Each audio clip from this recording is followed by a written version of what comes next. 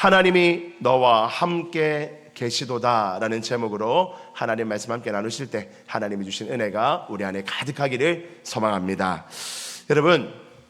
여러분들 주변에 믿지 않는 사람들이 있죠. 뭐 가족이나 친척이나 친구나 이웃 또는 직장 동료 이런 분들이 있을 겁니다. 여러분, 그 사람들에게 나는 몇 점 정도 되는 사람입니까? 라고 묻는다면 여러분들을 몇 점이라고 말해줄 것 같습니까? 당신은 뭐 신앙인인 걸 떠나서 인간적으로 볼 때 당신은 한 이 정도 몇 점 정도 되는 사람이야 라고 칭찬해 줄까요? 100점 될까요? 100점? 90점? 80점? 다 자신 있으시네요. 우리 옆에 있는 안 믿는 사람에게, 우리 믿는 사람들끼리는 서로 칭찬하고 이해하지만 믿지 않는 내 배우자 또는 내 자녀, 우리 친척들, 이웃들, 직장의 동료들에게 나는 과연 몇 점인가 라고 물었을 때 과연 내가 몇 점이나 받을 수 있는가 한번 늘 고민해 봐야 할 줄 믿습니다.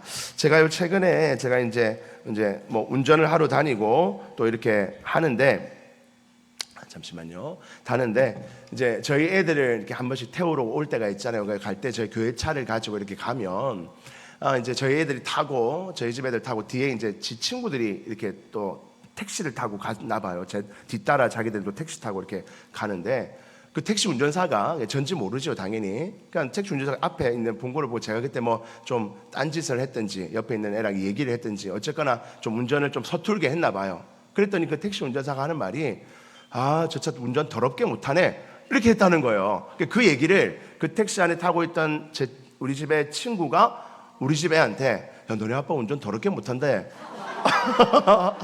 전해줬다는 거예요. 저 운전 자신이 좀 있는 사람이거든요. 제가 운전 오래 했고 뭐 참 자신 있는데 좀 잘 못했나 봐요. 우리 애들이 아빠 절대 딴 생각하지 말고 폰도 절대 만지지 말고 절대 그러세요. 그래요. 그래? 운전 더럽게 못한다고 했대? 그래서 내가 반성을 많이 했어요. 그러니까 진짜 교회차를 타고 다니면서 운전을 더럽게 잘하네 이 말도 아니고 더럽게 못하네 이 말을 들었어야 되겠나 하는 죄송함과 안타까움이 있었습니다. 여러분, 여러분들 다 성도인 것을 알 겁니다. 이웃들이, 여러분 가족들은 물론이고 직장 동료도 다 알 텐데 저 사람 더럽게 생활 못하네. 죄송합니다. 자꾸 더럽단 말을 해서 죄송한 그분 말씀입니다. 뭐 이렇게 생활 못하네. 행동이 왜 저거밖에 안 돼? 하는 말을 들으면 안 되겠죠. 칭찬 듣고 예수쟁이 아니라도 칭찬 듣고 존경받고 사랑받는 그런 성도들 되기로 결단하는 저와 여러분들 되기를 소망합니다. 오늘 본문에 보면 그런 얘기가 나와요. 오늘 보면 창세기 20장에서, 오늘 21장이었고요 그 앞에 20장에서 아브라함은 이 나그네였잖아요. 아직 땅을 자기 땅이라고 가진 게 없었어요. 이 나름대로 큰 민족, 적어도 한 1000여 명 되는 사람들이 함께 살았을 거예요. 남자들만 한 400명 있었으니까 한 1000명은 넘는 사람들이 아브라함의 족속으로 해가지고 같이 다녔을 겁니다. 근데 그 사람들이 살려면 꽤 넓은 공간이 필요할 텐데 창세기 20장에 보면 아브라함이 그랄이라는 지역으로 이주를 합니다. 이 그랄이라는 지역은 블레셋 지방이거든요. 해변가 근처입니다. 그때 이집트에서와 마찬가지로 자기 아내 사라를 누이라고 하여 그랄 왕 아비멜렉 왕에게 속였던 사건이 있었지요. 그 이집트에서와 똑같은 모습을 보였었습니다. 인간이 참 변하지 않는다, 인간의 연약함은 변하지 않는다는 것을 우리가 교훈으로 삼았었습니다. 여러분, 아브라함의 그 연약함으로 인해서 아내를 빼앗길 또 큰 위기를 만났지만 하나님이 다시 한 번 더 개입하셔서 화를 면하고 오히려 아비멜렉을 하나님께서 가르치셔서 많은 짐승과 종들을 아브라함에게 붙여주는 사건이 20장에서 있었어요. 그리고 그 땅에서 아비멜렉 왕이 우리 땅에 사십시오, 얼마든지 사십시오 하고 땅에서 살 것을 허락해 주었습니다. 영주권을 얻게 된 것이죠. 그 20장에서 아브라함과 아비멜렉의 사건이었어요.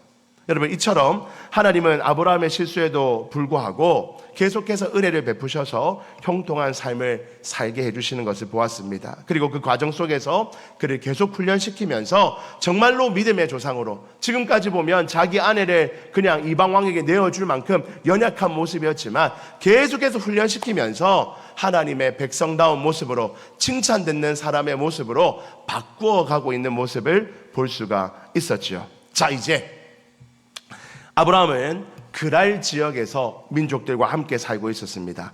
그곳에서 아브라함은 100세가 되어서 약속의 아들 이삭을 낳았고, 또 가정 갈등의 원인이 된 하갈과 이스마엘을 내쫓았다는 것을 지난주 보았습니다. 이제 모든 것이 안정이 되었고 아브라함은 평안하게 살다가 하나님이 부르시는 날만을 기다리고 있는 그런 상황에 놓여 있습니다. 이제 아브라함의 인생에 문제될 일은 전혀 없어 보입니다. 근데 그때 오늘 본문 21장에 오니까 그랄 왕 아비멜렉이 군대 장관 비골이라는 사람과 함께 아브라함을 찾아왔습니다. 무슨 일일까요? 이 아비멜렉 왕이 군대 장관을 데리고 왔으니 뭐 좀 싸우자는 건가? 무슨 전쟁이 날 건가? 하는 염려가 되지요. 이 아브라함의 인생에 무슨 큰 일이 일어날까요? 이제 본문을 같이 한번 22절 같이 한번 한 목소리로 같이 한번 읽어봅니다. 22절 시작. 그때 아비멜렉과 그 군대 장관 비골이 이르되 네가 무슨 일을 하든지 하나님이 너와 함께 계시도다. 아멘. 여러분, 선풍기 좀 꺼주실까요? 네. 선풍기를 딴 걸로 바꿔야겠네요. 예. 네, 소리가 이제 안 나죠? 그렇구나. 에어컨을 제가 켜드릴게요. 죄송합니다. 다시 켜서 하겠습니다. 예, 다시 말씀 함께 나누겠습니다. 여러분, 이 놀랍게도 이 아비멜렉과 군대 장관 비골이 와서 아브라함하고 지금 전쟁하자고 온 것이 아니라 무슨 내용인가 봤더니 이 아비멜렉과 군대 장관 비골이 아브라함에게 찾아와서 아브라함아, 내가 너의 인생을 보니까 너와 하나님이 늘 함께 하시는 것 같아. 하나님이 너와 늘 함께 하시는 것을 내가 인정해 하고 이 이방인이었던 아비멜렉 왕이 아브라함에게 와서 그렇게 칭찬하고 인정해 주는 것입니다. 여러분, 아비멜렉은요 지금까지 아브라함을 자기의 땅에 살게 해준 그 이후로 꾸준히 아브라함을 주목해 보고 있었어요. 저 아브라함처럼 우리 땅에 살게 해줬는데 혹시 세력을 키워서 우리 땅 뺏으려는 거 아니야? 우리 뭔가를 또 가져가려는 거 아니야? 음흉한 생각하고 있는 거 아니야? 하는 생각을 할 수 있기 때문에 아비멜렉 왕이 아브라함을 유익 있게 지켜봤어요. 저놈 혹시 나쁜 짓 하는 거 아니야? 우리 땅 뺏으려는 거 아니야? 우리 민족들 좀 괴롭히는 거 아니야? 하고 유심히 지켜보고 있었어요. 그러나 여러분, 아비멜렉이 지켜본 결과 아브라함은 결코 선의를 배신하는 자가 아니었습니다. 아브라함은 결코 이 땅에 대해서 욕심을 내거나 음흉한 생각을 하는 자가 아니었죠. 뿐만 아니라 유심히 지켜봤는데 이 땅에 들어올 때는 아들이 없었거든요. 자기 친자식, 물론 이스마엘이라는 종에게서 낳은 아들이 있었지만 자기의 본처 사라에게서 낳은 아들은 없었는데 이 땅에 들어오고 난 이후로 이 집에 보니까 임신을 했다는 거예요. 근데 임신을 누가 했는가 봤더니 아브라함의 아내 사라가 임신하여 아들을 낳은 겁니다. 여러분, 아브라함 나이가 100살이고요 사라 나이가 90세였거든요. 아비멜렉이 볼 때 이건 말이 안 된다. 어떻게 90세 된 여인이, 저 여인이 임신하여 아이를 낳을 수 있느냐 하면서 도무지 이해할 수가 없었습니다. 고민해봤겠죠. 왜 이렇게 저 아브라함은 그냥 목축하면서 사는데 저렇게 계속해서 양들도 번성해지고 종들도 늘어나고 90세 된 아내에게서 아들도 낳고 어떻게 저렇게 저 인생이 잘 되는가? 어떻게 저렇게 형통하고 복된 인생이 될 수 있는가? 하는 고민을 했는데 결론은 무엇인가? 저 아브라함이 기도하고 믿고 있는 그 하나님이라는 분, 우리가 여기서 성경에서 하나님은 그냥 신이라는 의미고요, 하나님, 여호와 하나님, 저 아브라함이 믿고 있는 저 여호와 하나님이 저 사람과 늘 함께하기 때문에 저 별 볼 일 없는 아브라함이 저렇게 형통하고 평안한 삶을 사는구나 하는 것을 깨달았습니다. 그래서 아브라함에게 찾아와서 말합니다. 아브라함아, 네가 무슨 일을 하든지 너의 하나님이 너와 함께하는 것을 내가 인정한다. 내가 너를 높여준다 라고 고백하고 있는 것이지요. 할렐루야, 아멘이지요.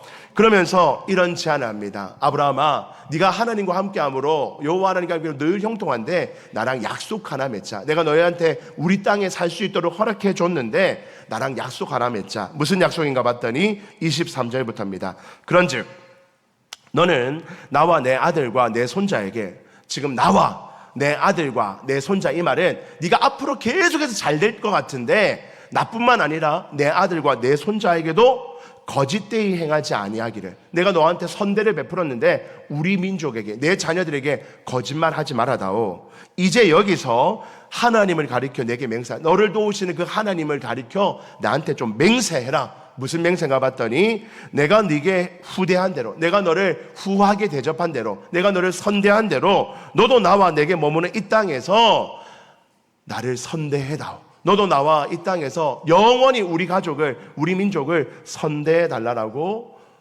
요청하고 있는 것입니다. 여러분, 지금 상황을 한번 보세요. 지금 이 아비멜렉은요, 나라가 크진 않아도 한 나라의 왕입니다.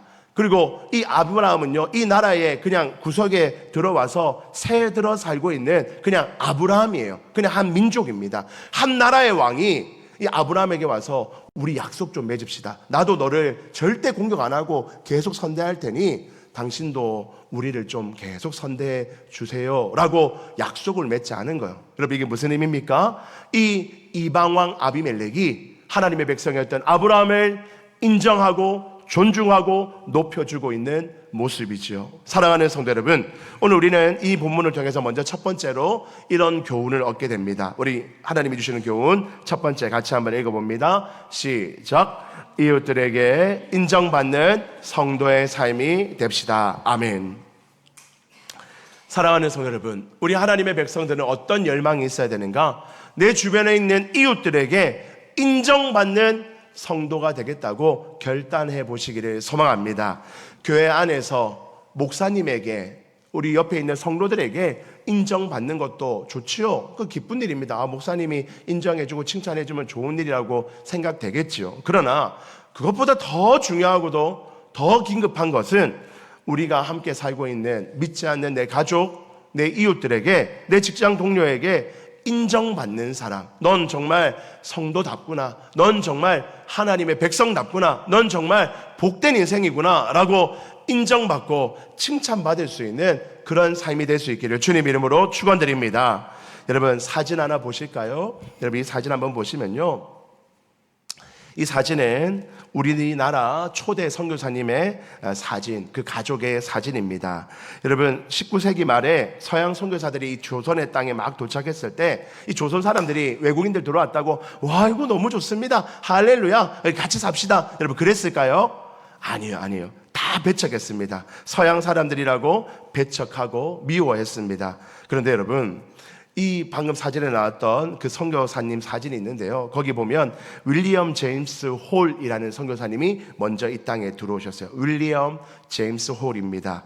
양화진에 가면 우리나라 양화진 가면 100주년 기념교회가 있고, 그 옆에 가면 양화진 선교사 묘원이 있어요. 저도 서울 갈 때마다 한 번씩 가곤 하는데요, 거기 가보면 이 선교사님들 그 가족 전체 무덤이 이렇게 있습니다. 여러 선교사님들이 있는데 갈 때마다 이 얘기를 생각하며 감동을 받는 게 있어요. 이 윌리엄 제임스 홀 선교사님이 아내 로제타 홀 선교사님과 함께 들어왔어요. 한국 땅에서 아들을 낳습니다. 샤우드 홀이라는 아들을 낳았어요. 이 아들이 서울에서 태어났는데 아이를 낳고 얼마 있다가 평양에 이 복음의 문이 열렸다 해서 평양으로 이주하여 거기서 삽니다. 여러분, 평양으로 이주했을 때 그 동네 사람들이 얼마나 많이 와서 구경을 했는지 모릅니다. 신기한 동물들이 왔다고 하여서 와서 막 구경하는데 정말로 코가 뾰족하고 눈이 파랗고 아기도 신기하게 생겨가지고 저건 사람이 아니다 하면서 막 사람들이 만져보고 구경하러 왔다고 하지요. 그런데 그들이 움직이면서 또 영어로 얘기하는 것을 듣고 조선 사람들이 아이고, 저거 사람은 맞나보다 하면서 얘기했다고도 합니다. 조선 사람들은 서양 사람들을 놀리면서 코가 크다고 하여서 뭐라 하지요? 네, 저도 코가 큽니다. 네, 코쟁이라고 불렀고, 또 눈이 파랗다고 하여서 서양 도깨비라고 부르면서 그 사람들을 때로는 조롱하고 박해하기도 했죠. 선교사님들은 정말로 박해와 조롱이 있었지만 사명을 감당하며 자기 일을 감당했습니다. 그런데 여러분, 이 가정에 감동적인 이야기가 있습니다. 여러분, 이 두 사람이 한국에 와서 결혼했는데 아이를 낳고 남편이 3년 만에 먼저 죽습니다. 윌리엄 제임스 홀 선교사님이 3년 만에 먼저 죽었어요. 청일 전쟁 때 평양에 다친 군인들이 막 들어왔을 때 그 다친 군인들 돕다가 그 전염병에 옮아가지고 3년 만에 죽게 됩니다. 그때 아들이었던 샤우드가 3살 정도였고 딸은 엄마 뱃속 안에 있었습니다. 유복자가 된 것이죠. 여러분, 이런 상황에서 아이를 출산해야 되어서 이 여자 선교사님, 아내 선교사님은 미국에 와서 아이를 낳게 됩니다. 딸을 미국 와서 출산해요. 그리고 그 미국에서 정착하고 다시 사는 것이 아니라 남편을 묻어놓았던 그 조선 땅으로 로제타 홀 선교사님이 그 아이들 2명을 데리고, 어린 아이들 3살 된 아들과 막 태어난 딸을 데리고 다시금 조선 땅으로 돌아옵니다. 그래서 조선에 와서 이화여대 부속병원과 고려대학병원의 전신이 되는 여러 병원들을 세우게 되죠. 그런데 이 여자아이가 에디스 홀인데 또 이 여자 딸도 한국 땅에 들어와서 몇 년 만에 전염병이 걸려서 이 딸도 죽게 됩니다. 남편도 묻고 딸도 묻고, 여러분, 이 땅이 얼마나 지겨운 땅이 되겠습니까? 이 엄마 입장에서는요, 이 땅 진짜 돌아보기도 싫다, 이 땅 민족들 꼴보기도 싫다, 아마 그렇지 않겠습니까? 그런데도 그녀는 꿋꿋이 남아서 복음을 전하고 사랑을 베풀고 병원을 세우고 여성들을 교육하고 심지어 최초의 여성 의사를 배출해내고 유학까지 시켜주게 됩니다. 여러분, 얼마나 놀라운 일입니까? 수많은 조롱과 박해에도 불구하고 끝까지 하나님이 주신 사명을 감당했습니다. 남편이 다하지 못한 사명을 아내는 끝까지 눈물 흘리며 이 일을 감당했던 것입니다. 다시 한번 사진 보여주시면요, 이 사진 가운데 나오는 이 가운데 있는 남자분이 이제 그 아들이었던 셔드 홀 선교사고, 여러분들 보시는 오른쪽에 있는 좀 나이 드신 어머니가 그 어머니고, 왼쪽에 있는 여성분은 이제 며느리고, 그렇게 해서 이 가족이 남은 여생도 한국 땅에서 열심히 선교 사역을 감당하다가 양화진에 나중에 묻히게 되지요. 여러분 같으면 이 일을 감당하겠습니까? 예수 믿는 자로서 사랑을 전하기 위하여 이 땅에 들어왔지만 조롱하고 핍박하고 또 그리고 내 가족이 죽어나가는 그 상황 속에서 내 믿음을 지키며 그들을 위하여 헌신하고 충성하고 수고할 수 있겠습니까? 여러분, 이 땅이 이렇게 복음화되고 이렇게 좋은 나라가 된 것은 그 당시 우리를 위하여 복음을 들고 들어와 주신 수많은 선교사님들, 그 선교사님들의 희생과 사랑으로 말미암아 이곳이 이렇게 복된 나라가 되게 된 줄 믿습니다. 여러분, 그들은 어떤 마음으로 그랬을까요? 내가 하나님의 백성으로서 믿지 않는 자들에게 복음을 전하겠다는 그 마음 가지고 칭찬 듣는 사람 되어야 되겠다, 존경받는 사람 되어야 되겠다 하는 그 열망을 가지고 이 땅에 와서 교육을 하고 의료를 행하고 온갖 것을 베풀었더니 후대에 많은 사람들이 그 선교사님들을 인정하고 칭찬하고 존경하며 이 복된 나라가 되게 된 것입니다. 사랑하는 성도 여러분, 그랄 왕 아비멜렉과 군대장관 비골이 아브라함을 바라보며 네가 무슨 일을 하든지 하나님이 너와 함께 계시도다 라고 말하게 된 것은 아브라함도 이 선교사들과 같은 마음으로 그 땅에서 지냈기 때문인 줄 믿습니다. 여러분, 아브라함이 그냥 부자가 되고 그냥 잘 사는 것만 가지고 그래 됐다면 아마 이 비골이 와서, 이 아비멜렉이 와서 아브라함을 칭찬하지 않았을 거예요. 아마 아브라함이 잘 사는 것 때문에 이 땅에 있는 사람들을 뺏고 계속해서 분쟁을 일으키고 싸움이 나고 그랬다면 절대로 그런 칭찬을 하지 않았을 겁니다. 성경에 나와 있지 않지만 아마 아브라함은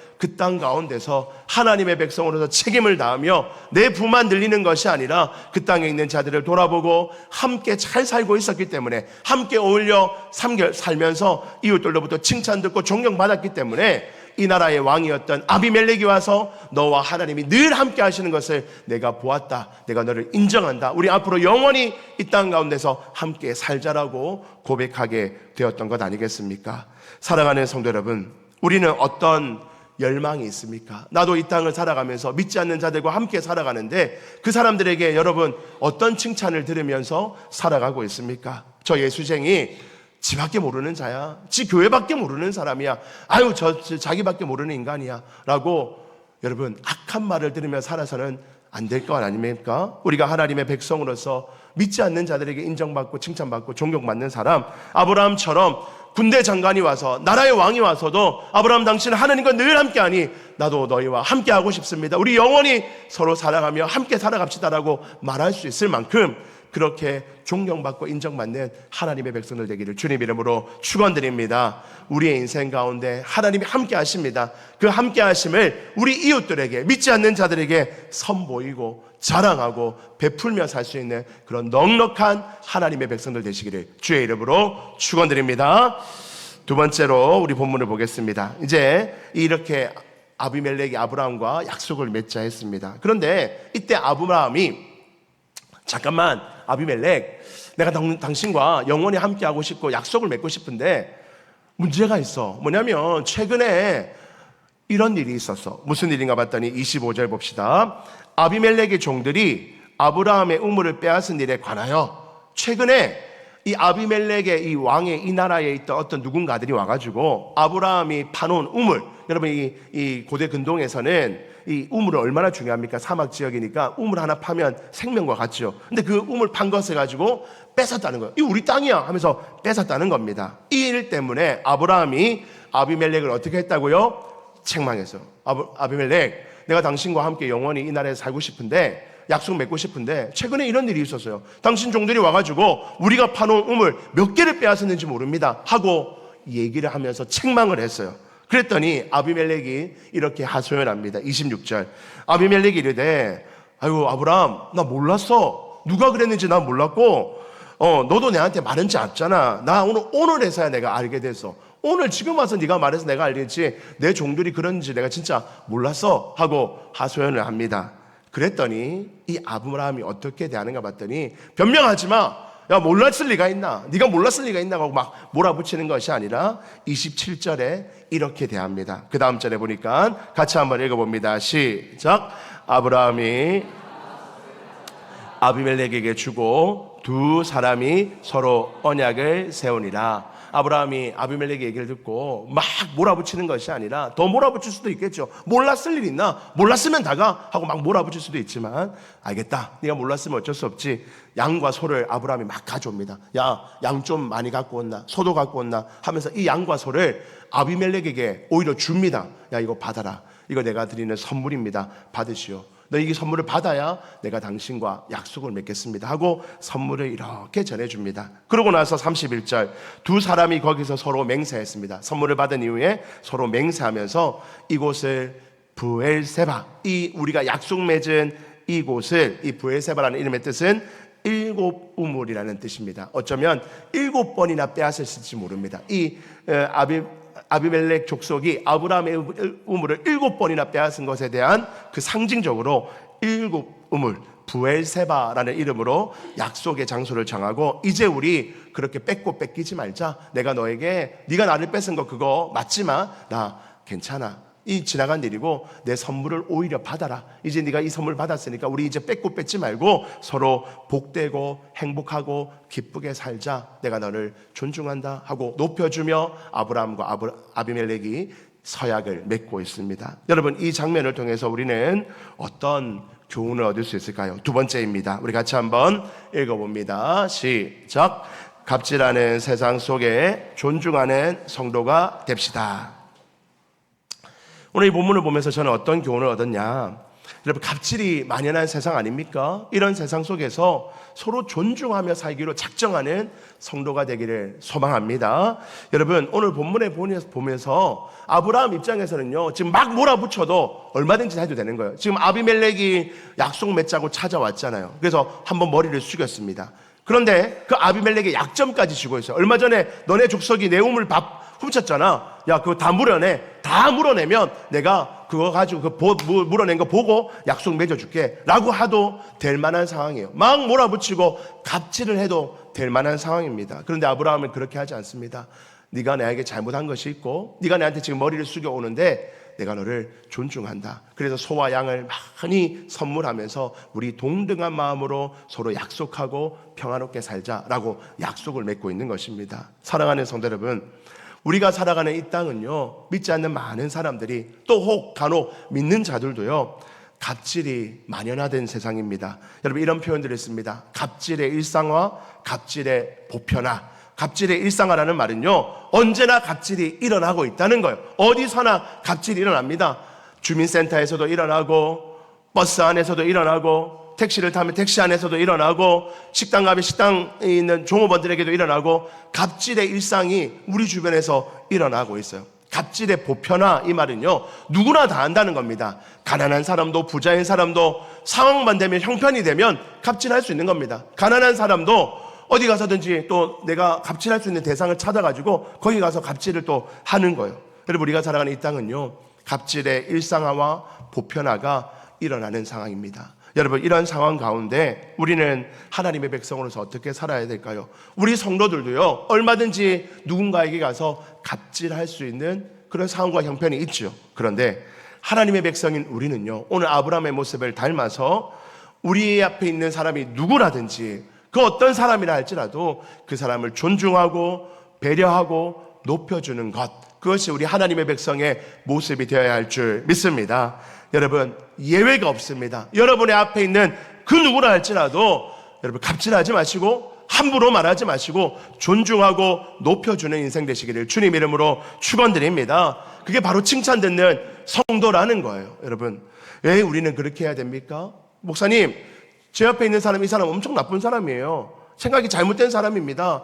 내가 그 좀 한다고 어떻습니까? 내 돈 내고 내가 하는 건데. 여러분, 그러면 안 됩니다. 왜 안 되죠? 여러분, 그 사람은 하나님이 만드신 존귀한 존재이기 때문이지요. 창세기 1장 27절에 보실까요? 창세기 1장 27절 같이 한번 읽어봅니다. 시작. 하나님이 자기 형상 곧 하나님의 형상대로 사람을 창조하시되 남자와 여자를 창조하시고. 여러분, 하나님이 창조하신 사람, 남자와 여자 모두는 다 뭐라고요? 하나님의 형상이에요. 그 사람이 어떠하든지 어떤 실수를 했던 어떤 범죄를 했던 어떤 모습이라 할지라도 우리는 내가 그걸 가지고 이 사람에게 갑질할 자유를 하나님 우리에게 주시지 않으셨어요. 하나님의 형상으로 바라봐야 됩니다. 여기서 말하는 하나님의 형상은 예수 믿는 우리, 착한 우리, 바른 우리 아니라 이 땅의 모든 사람들, 연약하거나 불의하거나 악한 자라 할지라도 그는 하나님의 형상으로 바라보며 우리는 존중하고 높여줘야 됩니다. 안 믿는 사람에게 함부로 말 낮추거나 함부로 소리를 지르거나 함부로 하대하는 일 없어야 할 것입니다. 그것이 믿는 자들의 품격인 것입니다. 야고보서 3장 말씀에 보니까 이 말씀을 가지고 이렇게 우리에게 교훈합니다. 야고보서 3장 8절에서 10절 보시니 혀는 능히 길들일 사람이 없으니 쉬지 아니하는 악이요 죽이는 독이 가득한 것이라. 우리 혀가 그렇게 위험하대요. 어떻게 그럴까 한가 봤더니 9절, 이곳으로 우리가 주 하나님을 찬송하고 이 혀를 가지고 예배당에서 하나님을 찬양하고 기도하고 했어요. 근데 또 이것으로, 이 혀 가지고 하나님의 형상대로 지음을 받은 사람, 우리 이웃에 있는 사람, 직장에 있는 사람, 내 이웃에 있는 누군가를 저주한다면 그 사람 몹쓸 인간이야, 쌍욕하고 미워하고 하대하고 갑질한다면 10절, 한 입에서 찬송과 저주가 나오는도다. 내 형제들아, 이것이 마땅하지 아니하리라. 네 입에서 예배당에 와서 찬양하고 기도하고 하나님을 거룩한 이름을 부르면서 어떻게 사람에 대해서, 하나님이 만든 형상에 대해서 그렇게 함부로 저주하고 악한 말을 행하고 비난하고 욕을 하느냐는 겁니다. 사랑하는 성도 여러분, 하나님의 백성의 품격이 우리 안에 있습니까? 저는 때론 우리 성도들과 함께 식당을 가기도 하고 뭐 같이 이렇게 이동하고 할 때도 있죠. 여러분, 식당이나 이런 데서 품격을 지키시길 바랍니다. 여러분, 거기 우리를 서빙하는 사람들은 내가 돈 냈으니까 내가 함부로 부려먹는 사람들 아닙니다. 거기 있는 사람들 중에 누군가는 우리의 아들이고 딸이고 우리의 어머니고 우리의 친척이고 뭐 그렇지 않겠습니까? 그 사람들에게 우리가 뭐 요구할 것은 정당하게 요구하지만 하대하거나 그 사람들에게 비난하거나 갑질하거나, 여러분, 그거 조심해야 될 줄 믿습니다. 우리가 하나님의 백성으로서 정말로 복된 모습으로서 이 땅을 살아갈 때, 여러분들의 그 입술을 지키고 여러분들의 행동을 지킬 때 여러분들 주변에 있는 많은 사람들에게 칭찬받고 존경받는 복된 존재가 될 줄 믿습니다. 우리 마지막 내용입니다. 이제 짧게 보고 마무리하겠습니다. 이제 이렇게 서약을 한 이후에 아비멜렉은 돌아갑니다. 이제 돌아가서 아브라함만 혼자 남았어요. 여러분, 아브라함 마음 기분이 어떨까요? 야, 이 한 나라의 왕이 내한테 와가지고 머리 숙여서 약속 맺자 하고 이 땅에서 영원히 살자 하고 나에게 막 굽신굽신 했으니까 너무 기분이 안 좋았겠어요? 저 같으면 막 잔치를 열렸을 것 같아요. 야, 모여봐라. 아빠가 이 정도야. 내가 이 정도니까 너희들 이제 이 땅에서 마음 편하게 살자라고 아마 잔치를 열었을지 모릅니다. 그런데 아브라함은 그렇게 하지 않았어요. 바로 돌아가자마자 어떻게 했는가? 33절 우리 같이 한번 읽어봅니다. 시작. 아브라함은 부엘세바에 에셀 나무를 심고 거기서 영원하신 여호와의 이름을 불렀으며. 아멘. 여호와의 이름을 불렀다는 게 무엇입니까? 하나님께 감사의 예배를 드렸다는 것입니다. 아브라함은 내가 지금 이 세상 속에서 인정받고 칭찬받고 존경받으니까 우쭐해져 가지고 막 자랑하고 으스대며 나아간 것이 아니라 하나님 앞에 감사의 예배를 드리며, 하나님, 내가 연약한 이런 내가 이런 인정을 받고 존경을 받고 칭찬을 받은 것에 대해서 하나님 감사합니다, 하나님의 은혜입니다라고 고백하며 마무리되었다는 것입니다. 여기서 우리는 마지막 교훈을 얻습니다. 우리 세 번째 같이 한번 읽어봅니다. 세 번째입니다. 시작. 교만을 버리고 모든 것이 하나님의 은혜임을 고백하며 전심으로 예배드리는 성도가 됩시다. 여러분, 마지막입니다. 여러분, 우리는요 세상 속에서 칭찬 드릴 수 있습니다. 여러분들이 뭐 잘해서, 여러분들이 자녀의 인생이 좀 잘 풀려서, 여러분들이 좀 더 잘 섬겨서 칭찬 들을 수 있죠. 존경받을 수 있습니다. 여러분, 그럴 때 교만한 마음으로, 그래 내가 잘났지, 난 하나님의 은혜로 잘난 사람이야 하고 교만해서는 안 된다는 거예요. 모든 것이 하나님의 은혜인 줄 믿고 그렇게 이웃들에게 칭찬받고 존경받은 그때 더욱 하나님 앞에 나와 하나님을 예배하며 하나님의 은혜 가운데 머무는 것, 그리하여 더 큰 은혜로 그들에게 베풀며 복된 존재로 살아가는 것, 그것이 우리가 해야 될 모습인 줄 믿습니다. 사랑하는 성도 여러분, 말씀을 정리합니다. 우리는 이 땅에서 어떤 존재로 살아야 됩니까? 성도, 거룩한 사람들, 거룩한 무리들이라는 뜻인데, 성도는 여 안에서만 성도가 아닙니다.